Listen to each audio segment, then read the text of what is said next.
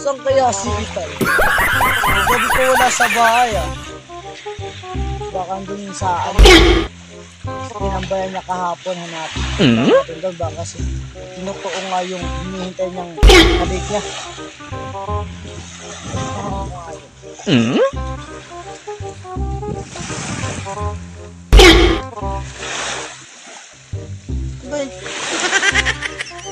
Tay! Bakit ka natulog, Tay?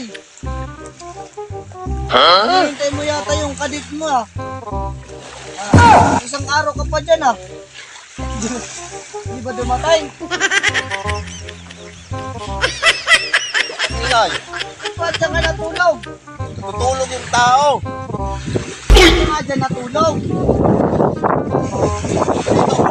Kasi may hangin. Ayaw ko na tumapay sa bahay kasi mahangin. Ikaw, nandito ko na naman. Sinusundan mo ako. Sarap ng tulog ko. Ikala ko kasi hinihintay mo yung kadit mo yung isang araw eh. Sinikot ka ba nun? Hindi. Kasi ano yan? Kung paano, pusong yan. Kaya pala, dito ka natulog eh, broken heart ka. Anong broken hearted? Hindi naman ako broken hearted. Eh, ano ba, kasi sinipot ng kadit mo.